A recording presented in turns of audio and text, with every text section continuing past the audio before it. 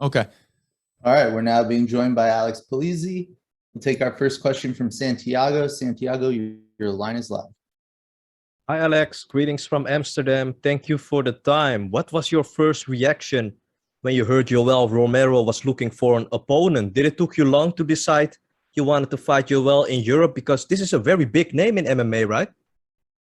Yeah. I've said before that I don't really like to do a lot of research on my opponents, but to not know Yoel Romero is sticking your head under a rock. I was really excited. My manager initially came to me and said, hey, they're just looking for a fill-in for Paris. We're not sure on the opponent yet, but after a couple more texts, it got revealed that it was Yoel, and short chance opportunity that I know people have been saying, why is he taking that? Yoel Romero in Paris. How do you pass that opportunity up? You are coming off that insane comeback win against Jose Augusto. You won a lot of fans for yourself that day, and your durability is out of question after a performance like that. Did this fuel your confidence level even more, Alex? Yeah, for sure. A win is always good. We can always take things away from fights, even that we win. I appreciate having the fans, but looking back, maybe next time try not to get flying kneed, if we can avoid that, and maybe don't get caught in an arm bar while I'm still scrambling to find my way out of the woodwork. But the toughness is definitely there, and I think it showed that any opponents in the future, you're going to have to do a lot more than knock me out completely to finish the fight.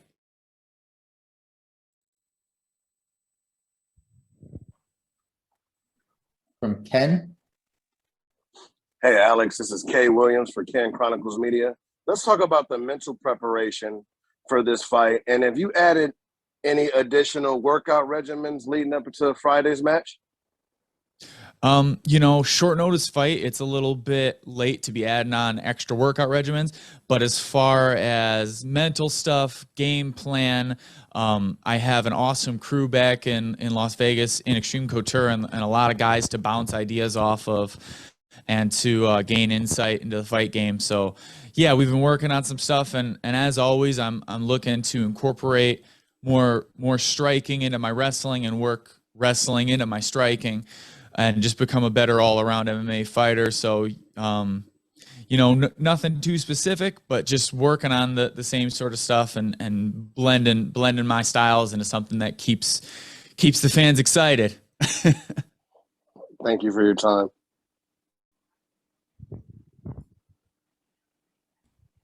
Kobe. Hi, Alex. Kobe from the Pro Sports Podcasters. Good to talk to you again, buddy. Hey, Kobe. Last we spoke, you were going to get yourself a poutine. Did you get that? Say again?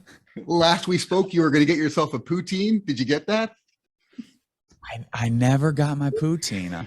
I'm a little disappointed about it, because now you reminded me. Now I'm thinking about it. I'm gonna have to find myself some fries and some gravy. I don't know. Is that a thing I can get over here in France? I think it might just be a Canadian thing. Well, I'm gonna look around and see. I got a couple days after the fight, so we'll see if we can find something good.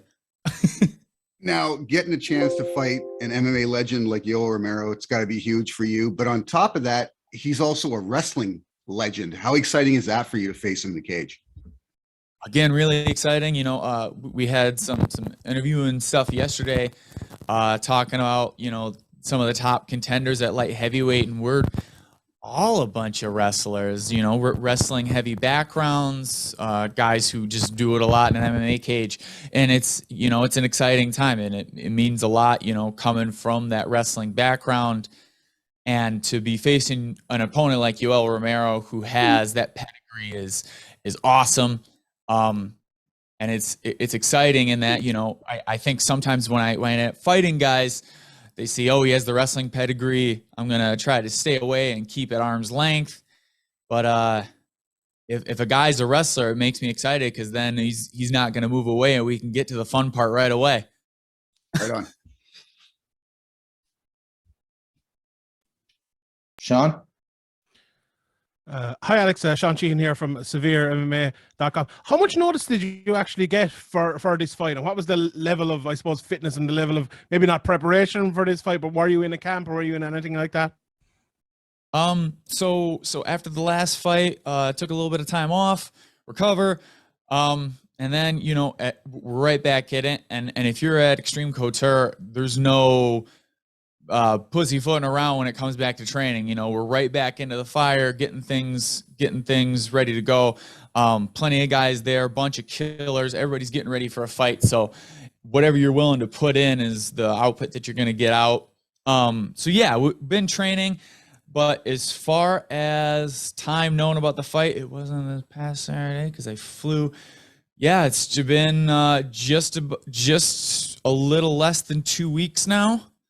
The fight itself, really exciting to have news and to get back into the cage like that. But as far as the fitness level goes, yeah, we're right where we need to be. You spoke about Yoel and his move, obviously, from wrestling into mixed martial arts. And anyone watching Yoel over the last few years, we haven't seen much wrestling because it's been a lot of striking and been a lot of, you know, kind of waiting to land that big shot. How well do you think he's actually transitioned his wrestling game into mixed martial arts? You know, I've said it before. I'm not real big on watching my opponent's film. I'm here to fight my fight.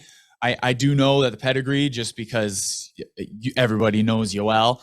But I don't think that's something that's gonna go away. You know, once you've done those drills thousands and thousands and thousands of times for years and years, it's in there. And maybe he hasn't been using it. Maybe he's felt like he hasn't needed to use it. But I think with the game plan that I'm gonna bring, I'm gonna have to he's gonna have to shake off the cobwebs and start using it a little bit. The last one for me is there a reason you don't watch your opponents? Is it something you leave to your coaches, or have you done it in the past and it didn't work out well? What's the reason you don't do that? You know, I've left it to my coaches. I've been pretty consistent in MMA with not doing it, but anyone who watched me wrestle in college, I had a kind of a big breakthrough in my sophomore year when I realized that I found a little more success when I would wrestle my match. And I guess the simplest way to put it is I'm thinking about what I'm going to do and less about what they're going to do. So it helps me stay consistent and perpetuate my skill set and my will into the game, as opposed to watching out for what they're going to do. Does that make sense? Thanks, Alex. I think so. It does, yeah.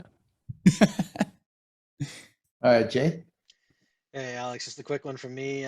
You know, when Bellator gives you a call and gives you an opportunity like this, I'm just curious how much of a boost in the arm it is for you, knowing that they think highly enough of you to kind of give you someone like Yoel Romero. It's huge, and I've said it before. I mean, we're all top tier competitors, and I mean, mixed martial arts isn't a sport where we have a set schedule where, you know, you're going against this person this week and then 10 weeks later you're gonna. No, we fight based on when we're getting a fight and when the promotion calls, and ultimately it's up to fans enjoying the matches that we put on. And I think after that last one, I got a lot of positive feedback on my short little corner of social media. And, you know, people calling me and people messaging me. And so I think that Bellator saw that and said, hey, we got to get this guy more fights. People like watching him do his gnarly thing out there and work some wrestling that's maybe a little less, maybe a little less traditional, and use some techniques that are just exciting for the fans. So yeah, excited to be here, excited to be in Paris, and ready to put on a fight for the fans. Good stuff. And that's just a quick follow-up. I mean, when you talk about being exciting for the fans and putting on that show, I mean, how much of that plays into your game plan in your mind going into a fight, or is that just a byproduct of your style? I think it's just a byproduct of my style. You know, I think it translates well to a lot of other stuff. If you watch anyone who's good at what they do and enjoy what they do, you can take some joy out of watching them do it. You know, any artist, it just so happens that my art form involves punching other people and trying to hurt them real bad. But I'm having a blast doing it, and I'm just hoping that the fans and the people at home are getting at least half the joy that I'm getting out of being in there. Absolutely. Well, looking forward to work art this Friday. Dylan? Hey there, Alex. I appreciate you making some time. Dylan, always a pleasure. I recognize that voice. How we doing, buddy? I'm doing great, man. It seems like you're doing even better, though. You got some great training there with Corey Anderson at Extreme Couture from what I was seeing there. That must be great work. I mean, a guy who's right there in the mix for contending for that light heavyweight title next. Like, can you speak to the training experience there? Absolutely. I mean, again, got to give a shout out to Extreme Couture in Las Vegas. It's a gym that everybody knows, and being as such, you know, everybody passes through. We get tons of guys, tons of killers, top level guys from across the promotions. And I just got lucky enough that Corey swung through on a couple wrestling days, and we got to bounce some ideas off each other and scrap a little bit. So really a guy who just enjoys fighting like me couldn't ask for a better opportunity there. Yeah, and you also, just a quick follow-up here, because you've been speaking about the pedigree of Yoel Romero and everything like that. Do you think a statement win over Yoel Romero will garner you that coveted Arby's sponsorship you've been looking for? Oh man, I think that's going to involve a little more social media legwork. That I'm real good at punching people, but I'm still working on the Twitter fingers. So maybe if something cool happens this Friday night, maybe it'll be enough so that I can propel myself off that, and maybe I don't have to rely so much on savvy internet work. But it's an uphill battle, man. They got the meats. They're just waiting for me. I think it's inevitable. Yeah, thanks so much for the insights, man. We'll take just a couple more here. Tony? Hi, Alex. Hope you're well. Tony, if you look over your left shoulder right now, you can see yourself on the screen. I just wanted to get your feelings on being, having your face plastered all over the promotion for this show for the first time, and how have you actually had the time to actually take it in and think of what a great opportunity this is? It's to answer the latter part of your question first, to take it all in, short notice fight, and we're kind of focused on the task ahead of us right now. So I'd have to say no. It hasn't really hit me that, with all this promotion and being on posters and whatnot, but and maybe it will, but I think that it's important to remember that, outside of all the marketing and TV spots and, big time, you're on the main card or whatever, we're just a bunch of dudes beating up each other in a cage. Like, you can't get too high on your laurels about it. And we've got a big light heavyweight fight taking place next weekend as well, with Lyoto Machida and Fabian Edwards. I just wanted to get your thoughts on how you see that fight going, and the potential of you getting past Yoel without overlooking him and potentially fighting the winner of that fight. Future fights, always exciting prospect to deal with, but right now we're real laser focused on the fight at hand. And I know it's cliche, but I'm going to be honest. I don't plan anything right after the fights. People are like, "Hey, what are you going to do next week?" I'm like, I don't know. I'm fighting on Friday. I might die in that cage. So let's not plan anything too far ahead. I'll take one from Luis here. Hi, Alex. Luis Cote here from Lucha Libre Online. And my question for you is, what problems you think you're gonna show to Yoel? What problems am I going to present to Yoel? Well, I think that Yoel's been at the game a while. People kind of know his style. I know he's heavy pedigree, big, heavy hitter, great wrestler. but you know, while he's been keeping an inhuman amount of athleticism to stay in the game as long as he has, you know, father time catches us all. I'm going to be trying to work on him and wear down that gas tank, make him really feel the years, really feel my pressure on him.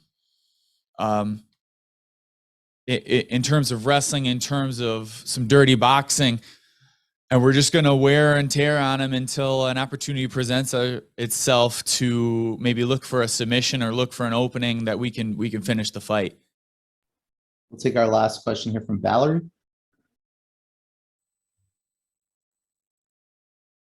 All right.